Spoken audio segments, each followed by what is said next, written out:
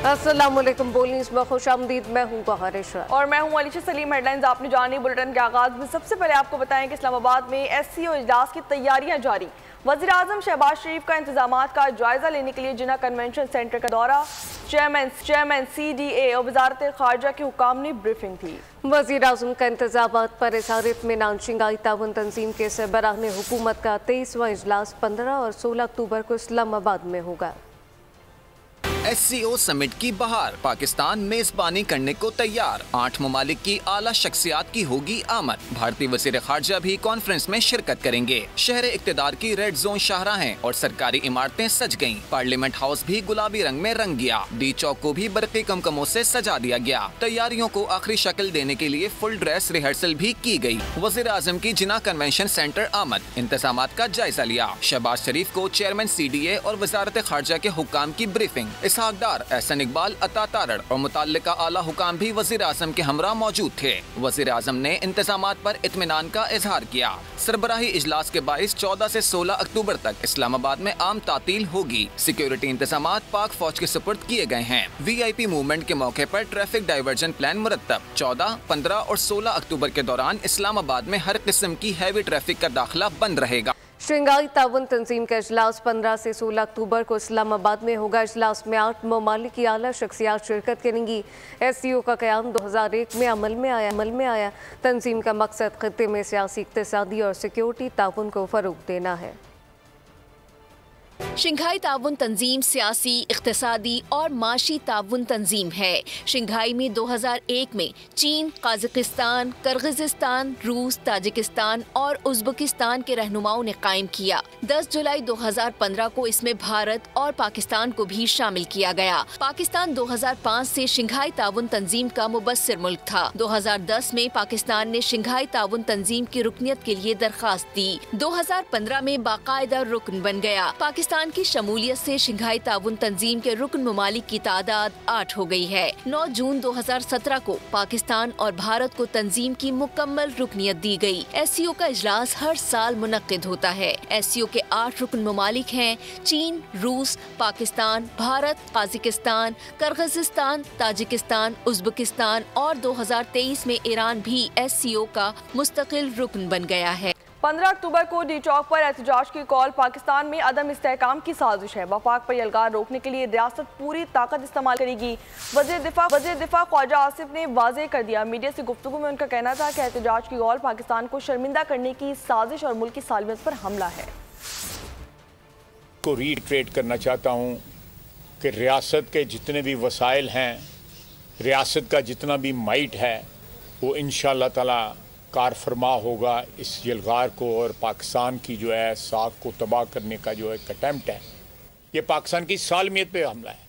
उसको रोकने के लिए पूरा माइट जो है रियासत की, पूरी ताकत जो है रियासत की इंशाअल्लाह ताला इस्तेमाल होगी। हम किसी कीमत के ऊपर पाकिस्तान की साख को, पाकिस्तान की इज्जत को, पाकिस्तान की आबरू को और इस इज्तिमा को सैबोटाज करने की इजाज़त नहीं देंगे, कतई तौर पर इजाज़त नहीं देंगे। अदालतों को ये नजर नहीं आ रहा है ये क्या कर रहा है वफाकी हुकूमत के साथ और पाकिस्तान की सालमियत के साथ। उनको नोटिस लेना चाहिए इस बात का। PTI फिर सड़कों पर निकलने को तैयार है। सियासी रहनुमा को शदीद ख़म गुस्से का इज़हार। कराची में हमला और PTI के एहतजाज की कॉल में मुमासलत है। क्या कोई शख्स रियासत से बड़ा हो सकता है? वफाकी वज़ीर एहसन इकबाल की न्यूज़ कॉन्फ्रेंस। तलाल चौधरी बोले कि SCO समिट के दौरान एहतजाज की मजम्मत नहीं जबकि मुरम्मत की जाएगी। वज़ीर इत्तलात पंजाब अस्मा बुखारी कहती हैं तहरीक फसाद ने रियासत के खिलाफ ऐलान जंग किया, इसका जवाब दिया जाएगा। तहरीक इंसाफ या जिसे मैं तहरीक इंतशार कहूँगा, उसने 15 अक्टूबर को जिस मुजाहरों की कॉल दी है, अब कोई शुबा नहीं रह गया कि कराची में होने वाली दहशतगर्दी और तहरीक इंसाफ की इन सियासत दहशतगर्दी की कॉल्स में मुमासलत है। ये कौन सा एहतजाज है जो पाकिस्तान के खिलाफ है? आपको तकलीफ IMF की डील की है, आपको तकलीफ SCO से पाकिस्तान की मजबूती की है। कॉन्फ्रेंस मुनक्कद होगी, सिक्योरिटी में होगी, पूरी आबोताब के साथ होगी और हम इस एहतजाज की सिर्फ मजम्मत नहीं करेंगे, मुरम्मत भी होगी। जो कप्तान है वो पाकिस्तान की तरक्की और खुशहाली के खिलाफ डट के खड़ा है। एक ऐसी जमात जिसका एक ट्रैक रिकॉर्ड है कि उन्होंने सिर्फ इस मुल्क में फितना और फसाद बर्पा करना है। तहरीक फसाद ने पाकिस्तान की रियासत के खिलाफ ऐलान जंग किया है और इस ऐलान जंग का जवाब फिर जैसे जंग के अंदर देना चाहिए वही होगा। क्या डी चौक के एहतजाज से इमरान खान आज़ाद हो जाएंगे? क्या डी चौक के एहतजाज से अगर हमारे पास मेंबर पूरे हो जाते हैं तो क्या वो जो आईनी तरमीम है वो ख़त्म हो जाएगी या आपकी ब्लैकमेलिंग से ख़त्म हो जाएगी? यहाँ आपको बताएं, शंघाई ताउन तंजीम इजलास के दौरान इस्लामाबाद में कारोबार पर पाबंदी नहीं आयद की जाएगी। SCO इजलास के दौरान कारोबारी मराकज़ बंद करने की खबरों की ज़िला इंतज़ामिया ने वजाहत कर दी। DCO इस्लामाबाद इरफान मेमन का कहना है कि सिर्फ वो कारोबारी मराकज़ बंद किए जाएंगे जो रूट पर हैं। दीगर कारोबारी मराकज़ सरगर्मियाँ जारी रख सकेंगे। SCO वफूद के रूट्स पर ट्रैफिक की रवानी भी महदूद रहेगी। इस्लामाबाद में हाइकिंग ट्रेल्स भी SCO के अय्याम में बंद होंगी। खबरों के सिलसिले को आगे बढ़ाएं। अब आपको बताएं कि आईनी अदालत का चीफ जस्टिस वजीर आजम के एडवाइस पर सदर मुकर्रर करेंगे।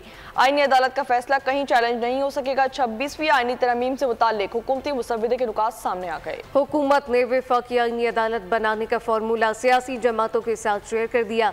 मुजव्वज़ा तरमीम के मुताबिक वफाकी आईनी अदालत चीफ जस्टिस समेत 7 अरकान पर मुश्तमिल होगी। आईनी अदालत के चीफ जस्टिस और 2 सीनियर तरीन जजेस रुकन होंगे। वफाकी आईनी अदालत कैसे तश्कील दी जाएगी? हुकूमत ने ढांचा तैयार कर लिया। फार्मूला सियासी जमातों के साथ शेयर। आईनी तरमीम से मुताल्लिक हुकूमती मुसव्विदा सामने आ गया। हुकूमती मुसव्विदे में वफाकी आईनी अदालत के क़याम की तजवीज़ दी गई। आईनी अदालत के पहले चीफ जस्टिस का तकर्रुर सदर मुमलिकत वज़ीर आज़म की एडवाइस पर करेंगे। आईनी अदालत का फैसला कहीं चैलेंज नहीं हो सकेगा। हुकूमत ने मुसव्विदे में 53 तरामीम तजवीज़ की हैं। तरामीम में कहा गया है कि आईनी अदालत के पहले चीफ जस्टिस और 3 सीनियर जजेस का तकर्रुर कमेटी की सिफारिश पर किया जाएगा। कमेटी में 4 अरकान पार्लियामेंट, वफाकी वजीर कानून और पाकिस्तान बार काउंसिल का नुमाइंदा शामिल होगा। मुजव्वज़ा तरमीम के मुताबिक वफाकी आईनी अदालत चीफ जस्टिस समेत 7 अरकान पर मुश्तमिल होगी। आईनी अदालत के चीफ जस्टिस और 2 सीनियर तरीन जजेस रुकन होंगे। मुजव्वज़ा तरमीम में कहा गया है कि वजीर कानून, अटॉर्नी जनरल और बार काउंसिल का नुमाइंदा शामिल होगा। दोनों ऐवानों से हुकूमत और अपोजिशन से 2-2 अरकान लिए जाएंगे। जज की अहलियत रखने वाले के लिए नाम पर मुशावरत के बाद वजीर आज़म मामला सदर को भिजवाएंगे। मुजव्वज़ा तरमीम के मुताबिक जज की उम्र 40 साल, 3 साल अदालत और 10 साल वकालत का तजुर्बा लाजमी होगा। आईनी अदालत के चीफ जस्टिस की रिटायरमेंट की उम्र 68 साल होगी। सुप्रीम कोर्ट के चीफ जस्टिस की रिटायरमेंट की उम्र 65 साल होगी। जज की बरतरफी के लिए वफाकी आईनी काउंसिल कायम की जाएगी। किसी भी जज की बरतरफी की हतमी मंजूरी सदर मुमलिकत देंगे।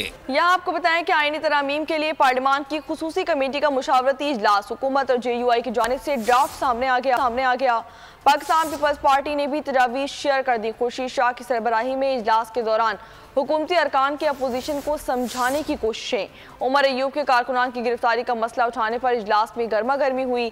आजम नज़ीर तारड़ ने अपोजिशन से तजावीज़ मांग ली। बैरिस्टर गौहर ने आईनी अदालत को यकसर मुस्तरद करते हुए हुकूमती तजावीज़ पर बानी PTI से मुशावरत करने का वक्त मांग लिया। आईनी तरमीम के लिए हुकूमत के जतन। खुसूसी पार्लिमानी कमेटियों के बार इजलास। अरकान असम्बली एक बार फिर सर जोड़ कर बैठे। हुकूमत और JUI ने मुजव्वज़ा तजावीज़ पेश कर दी। अपोजिशन फिर अपनी तजावीज़ पेश न कर सकी। चेयरमैन खुर्शीद शाह की जेर सदारत खुसूसी कमेटी के इजलास में नायब वज़ीर आज़म इसहाक डार, आजम नज़ीर तारड़, राजा परवेज अशरफ, PTI रहनुमा और दीगर शरीक हुए। उमर अयूब ने कारकुनान की गिरफ्तारी का मामला उठाया तो इजलास में गर्मी हो गई। आजम नज़ीर तारड़ ने कहा ये फोरम आईनी तरामीम के लिए है। इजलास के बाद मीडिया से गुफ्तगू में वफाकी वजीर कानून ने कहा कि आईनी तरामीम में कुछ गैर आईनी नहीं हो रहा। अपोजिशन अपनी तजावीज़ दे। कौन सी ऐसी चीज़ है जो अनकॉन्स्टिट्यूशनल है? मैं तो बल्कि अपने साथियों से कहूँगा जो अपोजिशन के भी दोस्त हैं कि वो खुले दिल के साथ, जैसे कल मैंने उन्हें कहा था, वो अपनी सजेशंस भी तो देना। चेयरमैन PTI बैरिस्टर गौहर ने कहा आईनी अदालत का क़याम गलत है। पहले बानी PTI से मुशावरत करेंगे, बाद में अपना मौक़िफ़ देंगे। पार्लियामेंट की खुसूसी कमेटी का इजलास 14 अक्टूबर को फिर तलब कर लिया गया। खुसूसी कमेटी की ज़ेली कमेटी भी बन गई। गैर रस्मी ज़ेली कमेटी का सर्कुलर जारी कर दिया गया। वज़ीर कानून आजम नज़ीर तारड़ कमेटी की सरबराही करेंगे। ज़ेली कमेटी हुकूमत समेत दीगर जमातों के मुसव्विदों का जायजा लेगी। वफाकी आईनी अदालत का क़याम कायदे आज़म का ख्वाब था। सबसे पहले वफाकी आईनी अदालत की तजवीज़ कायदे आज़म ने पेश की थी। Chairman peoples party Bilawal Bhutto Zardari tweet tweet सामने आ गया। कहा कि कायदे आज़म ने कहा था कि कोई भी सवाल जो आइन से पैदा हो उसे वफाकी आईनी अदालत में जाना चाहिए। कायदे आज़म भी वफाकी आईनी अदालत के हिमायती थे। आईनी अदालत का कयाम कायदे आज़म का ख्वाब था। Chairman peoples party Bilawal Bhutto Zardari का ट्वीट सामने आ गया। बिलावल भुट्टो ने समाजी राब्ते की वेबसाइट ट्विटर एक्स पर लिखा कि वफाकी आईनी अदालत की तजवीज़ सबसे पहले कायदे आज़म ने पेश की। इसका कयाम उनका ख्वाब था। बिलावल भुट्टो सरदारी ने वफाकी आईनी अदालत से मुताल्लिक हवाला जात के साथ मुख्तलिफ पैगामात शेयर किए। पैगाम में लिखा कि कायदे आज़म ने पहली बार आईनी अदालत की तफसील 1931 को लंदन में मुनक़िदा गोल मेज कॉन्फ्रेंस में पेश की। PPP की पेश करदा तजवीज़ और कायदे आज़म मोहम्मद अली जिन्ना की तजवीज़ से तकरीबन मुमासलत रखती है। कायदे आज़म ने कहा था कि शहरी के आईनी हक पर हमला किया जाए या उससे चैलेंज किया जाए तो उसे बराह रास्त वफाकी अदालत में जाने का हक हासिल होना चाहिए। 26वीं आईनी तरमीम के हवाले से JUI ने अपना ड्राफ्ट कमेटी में पेश कर दिया। जमीयत उलमा इस्लाम ने आईनी अदालत के बजाय आईनी बेंच बनाने की तजवीज़ दे दी। JUI और पाकिस्तान पीपल्स पार्टी में मुशावरती इजलास भी हुआ। कामरान मुर्तज़ा ने कहा कि पाकिस्तान पीपल्स पार्टी और हमारे मुजव्विज़े में सिर्फ आईनी अदालत और आईनी बेंच फ़र्क है। आईनी तरमीम के लिए तमाम सियासी जमातें पेश।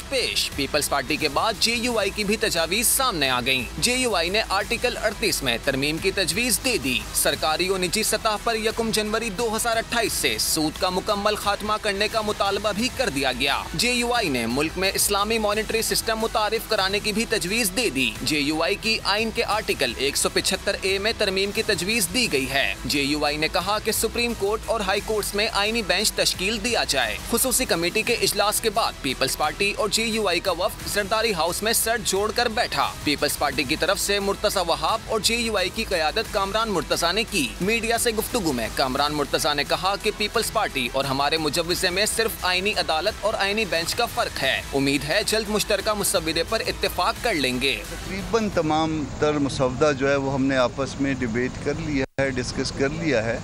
जो इनका डॉक्यूमेंट है वो भी डिस्कस हुआ है, हमारा डॉक्यूमेंट है वो भी डिस्कस हुआ है। मैं भी मौलाना साहब को बताऊंगा जो बात होगी। मुर्तज़ा वहाब ने कहा कि मुस्बत मुलाकात थी, चीज़ें आगे अच्छे अंदाज में बढ़ रही हैं। तो हम दोनों सियासी जमातों का आईनी मुसव्वदे के हवाले से पॉइंट ऑफ व्यू है। मुस्बत मीटिंग हुई और इंशाअल्लाह चीज़ें दुरुस्त सिमत में आगे बढ़ें।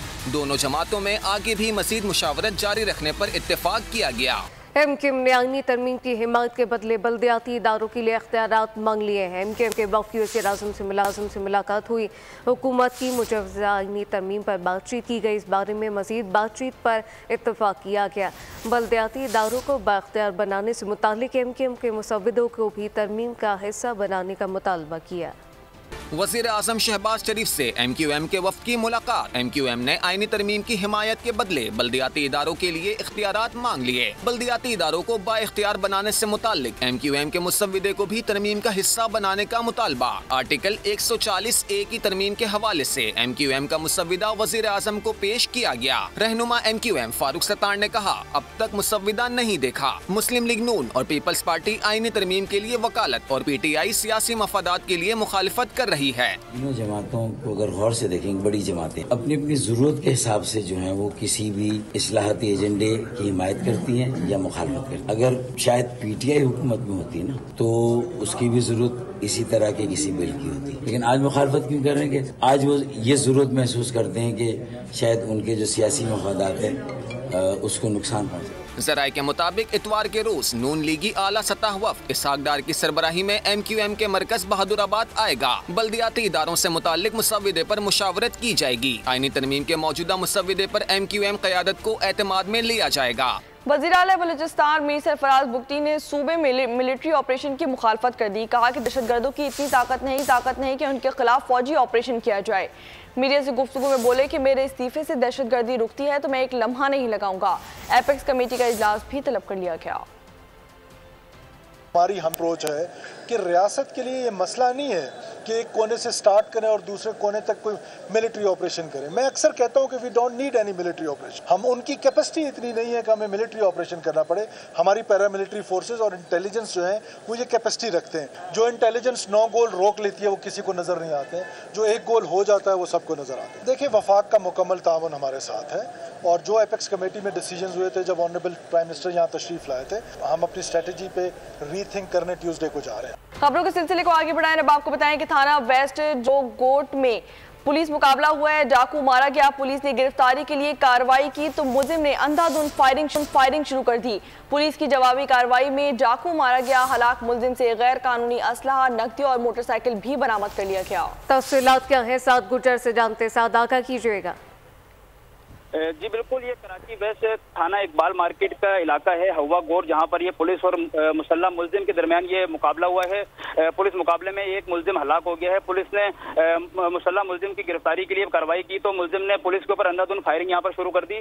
जबकि पुलिस ने जब अपने वहां पर फायरिंग की, उनसे जब वहां पर लड़ते हुए तो पुलिस ने उन पर अंधाधुंध फायरिंग की दोबारा से, और वहां पर उसमें एक शख्स मुलजिम जो है इसमें हलाक हो गया। जो हलाक मुलजिम है इसके पास से एक गैर कानूनी असला और होल्स और नकदी रकम, जबकि जो जेर इस्तेमाल मोटरसाइकिल थी मुलजिम के पास, ये भी पुलिस ने अपनी तहवील में ले ली है। जो हलाक मुलजिम है इसकी शनाख्त मोहम्मद नवाज वल्द इम्तियाज अली के नाम से हुई है, जिसका क्रिमिनल रिकॉर्ड भी पुलिस की जानिब से बताया गया है कि ये चेक किया जा रहा है। जबकि जो हलाक मुलजिम है इसको मजीद कानूनी कार्रवाई के लिए अस्पताल भी मुंतकिल कर दिया गया है। ये कराची वेस्ट का इलाका है, थाना इकबाल मार्केट की, जहाँ पर एक पुलिस ने यहाँ पर डाकू के जो है वहाँ पर स्नैप चेकिंग करने के लिए जब उसको रोका तो उसने जो मुलजिम है उसने पुलिस के ऊपर अंधाधुंध फायरिंग की, जिसके मुकाबले में पुलिस ने यहाँ पर फायरिंग करके इस मुलजिम कर दिया गया। जबकि मजीद जो कानूनी कार्रवाई है वो की जा रही है।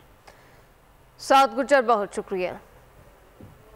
अब ये जानिए, कराची के इलाके सोराबकोट के करीब लासी कोट में 3 रोज कबल लियारी नदी में डूबने वाले बच्चे का ताहाल सुराग ना मिल सका। अहले इलाका और रेस्क्यू 1122 की टीमें सर्चिंग ऑपरेशन जारी रखे हुए हैं। नदी में पानी के तेज बहाव और कचरे के ढेर के बाद बच्चे की तलाश में मुश्किलात का सामना है। तफसीलात जानते हैं खुर्रम गुलजार की रिपोर्ट में। लियारी नदी ने एक और बच्चा निगल लिया। अहले इलाका और रेस्क्यू का सर्च ऑपरेशन जारी। सोराबकोट के करीब लासी गोट का रिहायशी बच्चा जुमेरात की शाम 5 बजे नदी किनारे खेलते हुए नदी में डूब गया। 10 साल अजीज के मामू कहते हैं किसी बच्चे की चप्पल नदी से निकालने के लिए अजीज नदी में उतरा और पानी की नजर हो गया। लापता 10 साल बच्चे के करीबी अजीज का कहना है कि साल के दौरान नदी में 12 से ज्यादा बच्चे डूब चुके हैं। नदी में बच्चों के डूबने के वाकयात मामूल बन गए हैं। हुक्काम की जानिब से नदी की हिफाजती दीवार की तामीर न करवाना लम्हा फिक्रिया है। कैमरामैन यूसुफ के साथ खुर्रम गुलजार, बोल न्यूज, कराची। कराची के इलाके जमशेद रोड पर पुलिस मुकाबला। रेस्क्यू के मुताबिक डाकू को जख्मी हालत में सिविल अस्पताल मुंतकिल कर दिया गया। डाकू की शनाख्त 24 साल रहमत अली के नाम से हुई। गुलशन मेमार में भी पुलिस मुकाबले के बाद डाकू जख्मी हालत में गिरफ्तार कर लिया गया। डाकू असमतुल्लाह से पिस्तौल, 3 मोबाइल फोन्स, नकदी और मोटरसाइकिल भी बरामद कर लिया गया। और इस मुताल्लिक अब आपको नाज़रीन ये भी बताते चलें कि गुलशन इकबाल 13C इलेक्ट्रॉनिक के ऑफिस में चोरी की बड़ी वारदात हुई। चोर इलेक्ट्रॉनिक के दफ्तर से 15 लाख रुपए लूट कर फरार हो गए और दीगर कीमती सामान लूट कर फरार हुए। वारदात की CCTV फुटेज मंजर आम पर आ गई है। चोरी की वारदात का मुकदमा गुलशन इकबाल थाने में दर्ज कर लिया गया। पुलिस ने वारदात की तफ्तीश शुरू कर दी।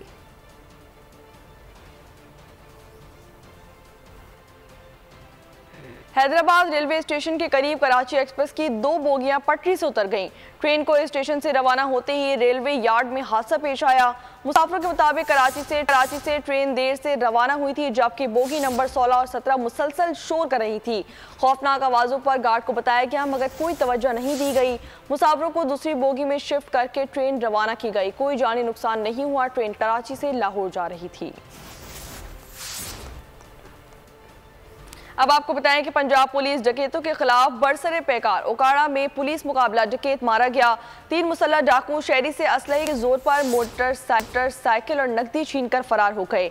पुलिस ने डाकू का ताकुब किया, जिसके बाद 2 तरफा फायरिंग में 3 में से 1 डाकू मारा गया।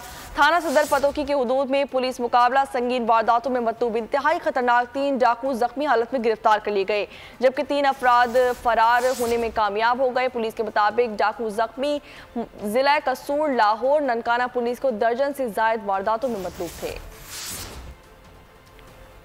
अब ये जानिए, एथेंस में यूनानी पुलिस की तहवील में जान से गए 38 साल पाकिस्तानी नौजवान को इंसाफ दिलाने के लिए यूनान में इंसानी हुकूक की तंजीम में मुतहरिक हो गए। एथेंस में पुलिस स्टेशन के बाहर एहतजाजी मुजाहरा किया गया। यूनान में गैर पार्लिमानी 22 बाजू की तंजीमें, आमरीत मुखालिफ तंजीमों, नस्ल परस्ती और फाशिस्ट मुखालिफ इकदाम की तंजीमों और मजदूर यूनियन और तारकीन वतन कम्यूनिटी ने मुजाहरे में हिस्सा लिया। बात करेंगे कुछ खेल के मैदान से, तो आपको बताएं कि पाकिस्तान क्रिकेट बोर्ड तब्दीलियों का ब्रांड एम्बेसडर बन गया। टेस्ट टीम की क़यादत के लिए सलमान आगा और मोहम्मद रिजवान के बाद अब सऊद शकील को भी आसरा दे दिया गया।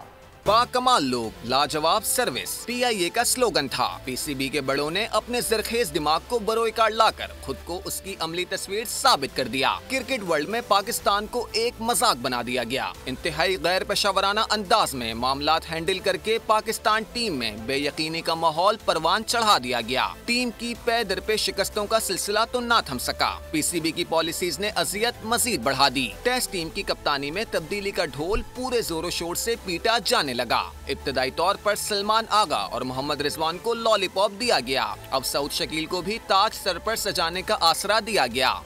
इसराइली बर्बरियत का जिक्र करें। हिजबुल्लाह का शुमाली इसराइल में फौजी ठिकानों को निशाना बनाने का ऐलान, जबकि हिजबुल्लाह ने शुमाली इसराइल के इलाकों में आबादी को खबरदार कर दिया। कहा कि बड़े शहरों में बाज़ रहायशी इलाकों में वाक़े घर और फौजी अड्डे का निशाना होंगे। जबकि अरब मीडिया के मुताबिक इसराइली फौज ने हैफा, तब्रिया और रक्का में रहायशी इलाकों के अंदर फौजी अड्डे भी बना रखे हैं, जहाँ से लबनान पर हमलों का इंतज़ाम चलाया जा रहा है। मज़कूरा घरों और फौजी अड्डों को निशाना बनाया जाएगा।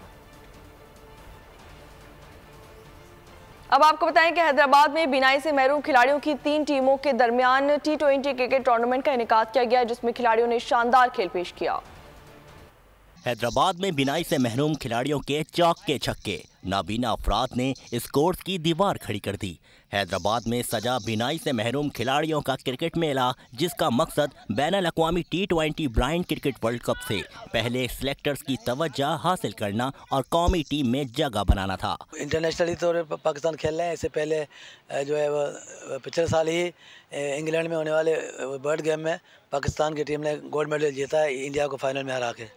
B2 खिलाड़ी से मुराद है कि ब्लाइंड, बिल्कुल टोटल ब्लाइंड, जिनको बिल्कुल नज़र नहीं आता ना, वो होते हैं 5 खिलाड़ी, और 4 होते हैं B2 से मुराद है कि जिनके 3-4 गज तक नज़र आता हो उनको, और इसके अलावा 5 होते हैं B3 जिनको 6 से 7 गज तक, 8 गज तक नज़र आता हो। तो ये तीनों कैटेगरियाँ मिला के टीम बनाते हैं इंटरनेशनल रूल के मुताबिक। हैदराबाद में लाहौर, फैसलाबाद और मकामी टीमों की बसारत से महरूम खिलाड़ियों की शानदार परफॉर्मेंस पर शायकीन ने भरपूर दाद दी। हैदराबाद ने फैसलाबाद को 6 विकेटों से शिकस्त देकर टूर्नामेंट अपने नाम किया। बॉल में बैरिंग्स होते हैं और वो बॉल जब ज़मीन के साथ रोल करता है तो वो आवाज़ पैदा करता है, तो उसी साउंड को फॉलो करते हुए हम जो है वो क्रिकेट खेलते हैं, बैटिंग करते हैं। इसी तरह जब हम बॉल करते हैं, जो B1 कैटेगरी का प्लेयर होता है, जब वो बॉलिंग कराता है तो विकेट कीपर जो है उसको आवाज़ देता है कि आपने यहाँ पे बॉल करनी है, तो वो उसकी लाइन पे जो है वो बॉल को अंडर आर्म डिलीवर करता है और वो बॉल करवाता है। अभी तक तो ये नज़र आ रहा है कि हम हैदराबाद के साथ ही फाइनल खेलेंगे, होस्ट टीम के साथ। तो इंशाल्लाह जी उम्मीदें अच्छी हैं, मोराल लड़कों का बहुत हाई है, इंशाल्लाह हम लोग जीतेंगे फाइनल। बसारत से महरूम खिलाड़ियों ने हमेशा बैनुल अक़वामी टूर्नामेंट्स में मुल्क का नाम रोशन किया है। बैनुल अक़वामी सतह पर क्रिकेट के मैदान में लोहा मनवाने वाले बिनाई से महरूम ये खिलाड़ी आज भी बुलंद हौसले के साथ मैदान में हैं, मगर हुकूमती सरपरस्ती के मुंतज़िर हैं। कैमरामैन इमरान राजपूत के साथ इरफान अरई, बोल न्यूज़, हैदराबाद। मरूफ गुलकारा और अदाकारा मुसर्रत नज़ीर की 84वीं सालगिरह आज मनाई जा रही है। मुसर्रत 13 अक्टूबर 1940 को लाहौर में पैदा हुई। मुसर्रत नज़ीर के गाए हुए गीत 50 की दहाई के अवाइल में रेडियो पाकिस्तान से नशर होना शुरू हुए। उन्होंने और बुलेटिन के आखिर में आपको बताएं कि शहनशाह कवाली उस्ताद नुसरत फतेह अली खान की 76वीं सालगिरह आज मनाई जा रही है।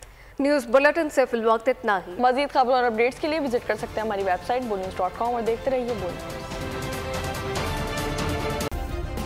सब्सक्राइब करें और बेल दबाएं ताकि कोई खबर रह न जाए।